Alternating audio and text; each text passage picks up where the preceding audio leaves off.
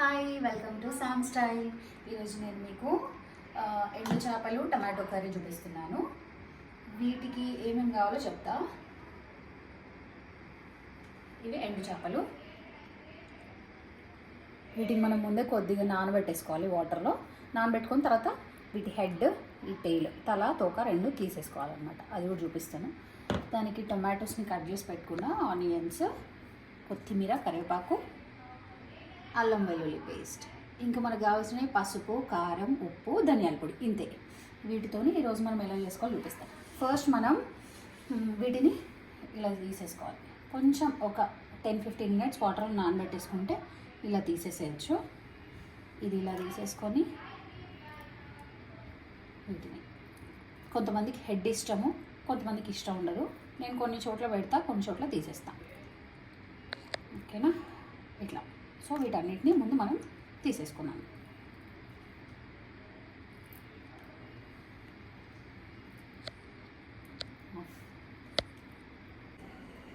ఇప్పుడు నేను ఇది ఫిష్ కర్రీ ఎలా చేసుకోవాలో చూపిస్తాను.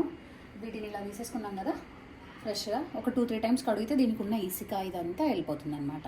అప్పుడు నీట్గా అయిపోతుంది. మీరు ఇంకొంచెం ఎక్కువ యాడ్ చేసుకొని, కొద్దిగానే చేస్తున్నాను, కొంచెం వేసుకోండి. ఓకేనా?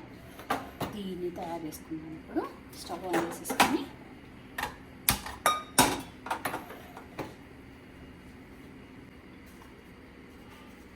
ఆయిల్ వేసుకున్నాము.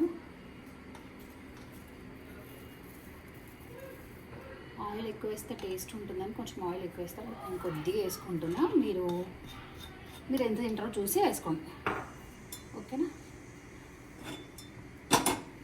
ఆయిల్ వేడైంది కదా. ఇప్పుడు దీంట్లో ఆనియన్స్. ఈ కర్రీకి ఆనియన్స్ ఎక్కువ పడతాయి. ఆనియన్స్ ఎక్కువ వేసుకుంటేనే చాలా బాగుంటుంది టేస్ట్. ఇది మొత్తం మనం ఆనియన్ అండ్ టమాటోతోనే వేసుకోం కాబట్టి ఆనియన్స్ ఎక్కువ వేసుకోండి.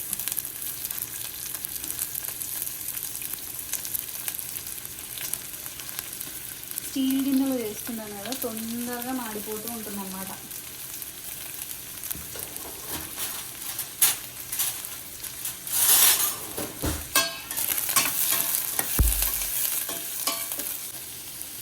ఆనియన్లో కొంచెం సాల్ట్ వేస్తే ఆనియన్ ఫాస్ట్గా వేగిపోతుంది. ఈ ఫిష్ వండినప్పుడు స్మెల్ చాలా వస్తుంది కదా. సో మనం ఏం చేయాలంటే వీటిని కడిగేసుకొని ఒక ప్యాన్ సపరేట్గా పెట్టుకొని దాంట్లోనే ఆయిల్ వేసేసి ఫ్రై చేసామనుకోండి ముందు, కొంచెం మనకి స్మెల్ రాదు, బాగుంటుంది. కాకపోతే ఇప్పుడు నేను అది కొంచెం లెంతీ ప్రాసెస్, ఈజీగా తొందరగా అయిపోవాలి కాబట్టి నేను ఇలాగే వేసుకుంటాను. డైరెక్ట్ వేసేస్తాను. ఓకే.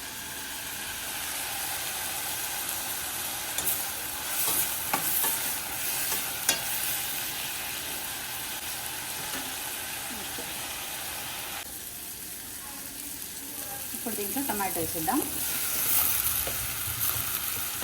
ఆనియన్ టమాటో కర్రీ కాబట్టి నేను టమాటోస్ ఎక్కువ వేసుకున్నా.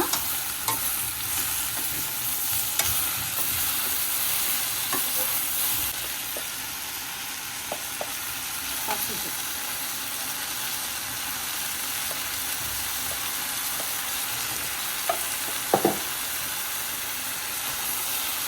వేసి కలిపేసి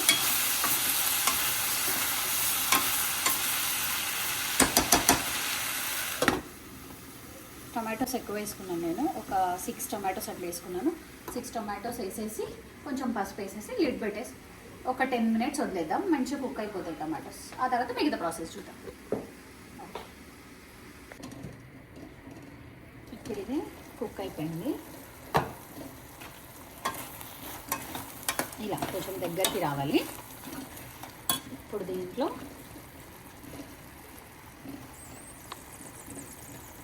అల్లం వెల్లుల్లి పేస్ట్ నేను కొంచెం ఎక్కువ వేసుకుంటా, నాకు అల్లం ఇష్టం కాబట్టి. కారం పొడి మీకు ఎంత కావాలో అంత వేసుకోండి. స్పైసీ ఉంది కాబట్టి నేను కొంచెం తక్కువ వేసుకుంటాను. ఓకేనా? టోటల్గా ఒక 1.5 స్పూన్ వేసిన అన్నమాట కారం. ధనియాల పొడి. ఇంతే. ఇవే ఇంగ్రీడియంట్స్. సింపుల్గా మంచి టేస్ట్తో చేసుకోవచ్చు. ఇవన్నింటినీ ఒక దగ్గర ఇలా మిక్స్ చేసేసుకొని కలిపేసుకొని వీటిలో ఇప్పుడు మనం ఈ ఉడకబెట్టి పెట్టుకున్న ఈ ఫిష్ ఉంది కదా, డ్రై ఫిష్, దీన్ని వేసేసుకున్నాం.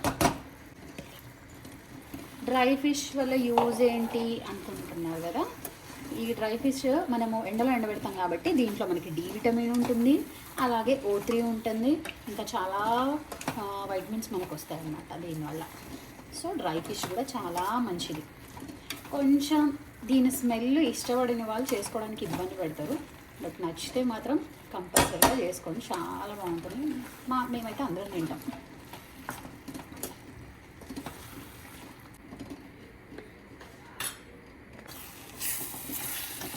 ఇప్పుడు దీంట్లో మనం కొంచెం వాటర్ వేసిద్దాం. ఓకే, ఎంత కావాలో అంత. కింద స్టీల్ గిన్నె కదా, మనం ఊరికే మిక్స్ చేస్తూ ఉండాలన్నమాట, లేదంటే కొంచెం మాడిపోయినట్టు అవుతుంది.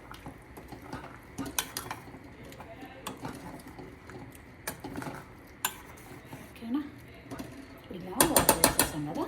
ఇప్పుడు దీంట్లో కొత్తిమీర, కరివేపాకు, లాస్ట్లో నేను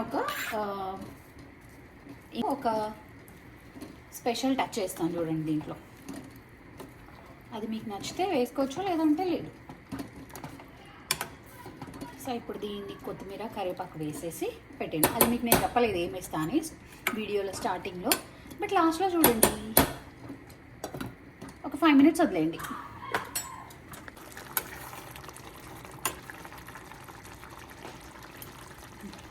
ఇప్పుడు నేను ఫైనల్గా ఇందులో ఒక ఐటమ్ వేస్తాను కదా, అదేంటో గెస్ చేశారా?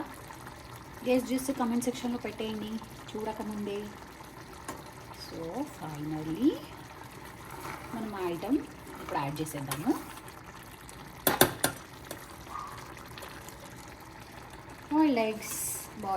ఎగ్స్ని బాయిల్ చేసుకొని ఇట్లా ఘాట్లు పెట్టేసుకొని ఇందులో వేసేసుకోవడమే. టేస్ట్ ఇంకా బాగుంటుంది.